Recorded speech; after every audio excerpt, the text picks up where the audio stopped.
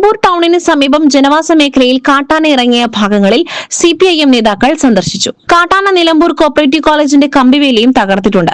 ഇടതുപക്ഷ ഗവൺമെന്റ് 70 ലക്ഷം രൂപ ചിലവഴിച്ച് വടപ്പുറം കനോലി പ്ലോട്ട് മുതൽ മയിലാടി വരെ നിർമ്മിച്ച ഹാങ്ങിംഗ് ഫെൻസിംഗ് പ്രവർത്തിക്കുന്നില്ല. ഈ വഴിയാണ് കാട്ടാന ജനവാസ മേഖലയിൽ കയറുന്നത്.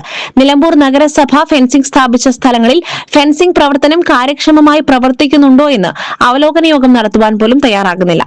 ജനങ്ങളുടെ ജീവനും സ്വത്തിനും സംരക്ഷണം നൽകേണ്ടവർ നോക്കുകുത്തികളായി ഇരിക്കുകയാണെന്ന് കാട്ടാന കയറിയ ഭാഗങ്ങൾ സന്ദർശിച്ച് CPIM area secretary K. Mohanan പറഞ്ഞു. ഞങ്ങളിപ്പോൾ നിലമ്പൂർ കോപ്പറേറ്റീവ് കോളേജിൻ്റെ കോമ്പൗണ്ടിലാണ് നിൽക്കുന്നത്. കഴിഞ്ഞ ദിവസം കാട്ടാന ഈ സ്ഥാപനത്തിലേക്കും കടന്നു വന്നിട്ടുണ്ട്.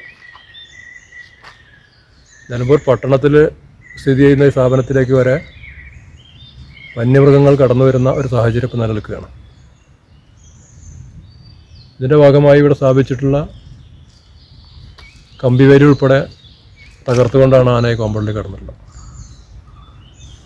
വന്യമൃഗങ്ങളിൽ നിന്നും ജനങ്ങളെ സംരക്ഷിക്കുന്നതിന് കേരളത്തിലെ ഇടതുപക്ഷ ജനാധിപത്യ മുന്നണി സർക്കാർ അതിൻ്റെ കാലഘട്ടങ്ങളിൽ ഒട്ടേറെ നടപടികൾ സ്വീകരിച്ചിട്ടുണ്ട്.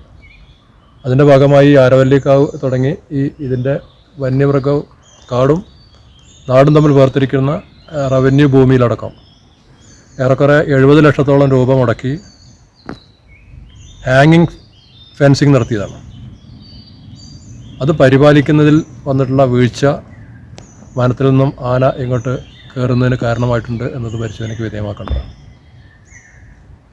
നിലമ്പൂരിലെ മുനിസിപ്പാലിറ്റി അധികൃതരോ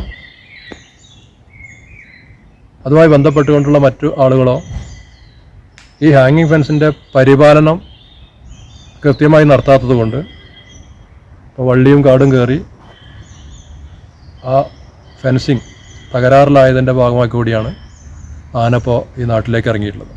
ഏരിയ സെന്റർ അംഗം തക്കാടൻ റഹീം, കമ്മിറ്റി അംഗം T. ഹരിദാസൻ തുടങ്ങിയ നേതാക്കൾ സന്ദർശന വേളയിൽ ഒപ്പമുണ്ടായിരുന്നു. SS Gold, Pure Gold. SS Group, Nilambur.